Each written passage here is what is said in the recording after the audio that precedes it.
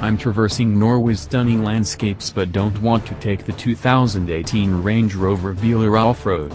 It's not capability I'm worried about, though I'll admit the road-biased 22-inch hoops and 40 series tires give me pause. Rather, it's the look of the thing. I mean, have you seen it? From the gentle sweep of its domed hood to the elegant arc of its roofline, never mind my tester's sumptuous ivory interior, Range Rover's first midsize SUV is a stunningly attractive specimen, a 5-seat lounge on wheels that makes competitors like the Porsche Macan and BMW X4 look like Automoblox in contrast. Doesn't help that it's finished in Flux Silver, a trick satin finish available only on the priciest of Velars, the $89,300 first edition. Eventually, I answer the call of duty and hit the trail. You know, for science. Range Rover says the new Velar fills the white space between the Evoque and the Range Rover Sport. I'm not sure why that space is white, but size-wise the new Sportudo comes closer to its larger stablemate, measuring just under 2 inches shorter than the Sport but a full 17 inches longer than the Evoque.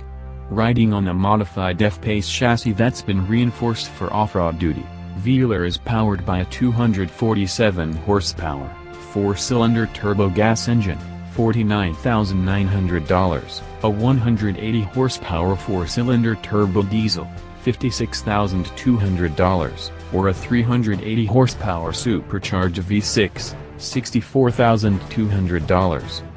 Unlike other aging Land Rover platforms, there's a whole lot of newness to Velar's look and feel, though you'll find similar versions of its powertrains in other cars, like the supercharged V6 in the F-Type and Discovery. The fresh bits are all over, but the driver and passenger-facing interfaces are particularly innovative, from the new Touch Pro Duo screens, which offer dual-link TFT touchscreens for the lion's share of the car's controls, to the interior design that, for the time ever, includes a textile offering that's positioned as a no-cost equivalent to the top-line Windsor leather. The material, a wool blend developed with Danish firm Kvadrant, feels as soft and premium as a high-end suit.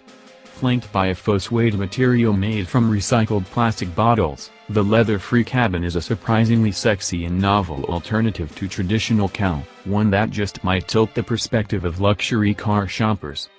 It's not the first time wool has employed in a high-end interior. Maserati teamed up with Italian menswear house Zegna years ago, juxtaposing the threads with leather.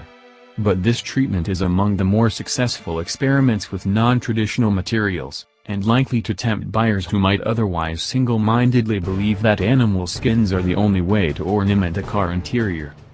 When it's time to venture away from tarmac, I raise the air suspension, which elevates clearance to 9.9 inches, a 1.8-inch increase over the normal mode, set the terrain response system to mud and ruts, and ease onto a dirt trail that climbs into a mountainside.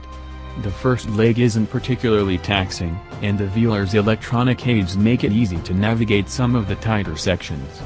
With 332 pounds-to-foot of torque available between 3,500 and 5,000 revolutions per minute, it doesn't take much revving to tap into the juicy bits of the power band, and the ZF 8-speed smooth action makes power management relatively thoughtless.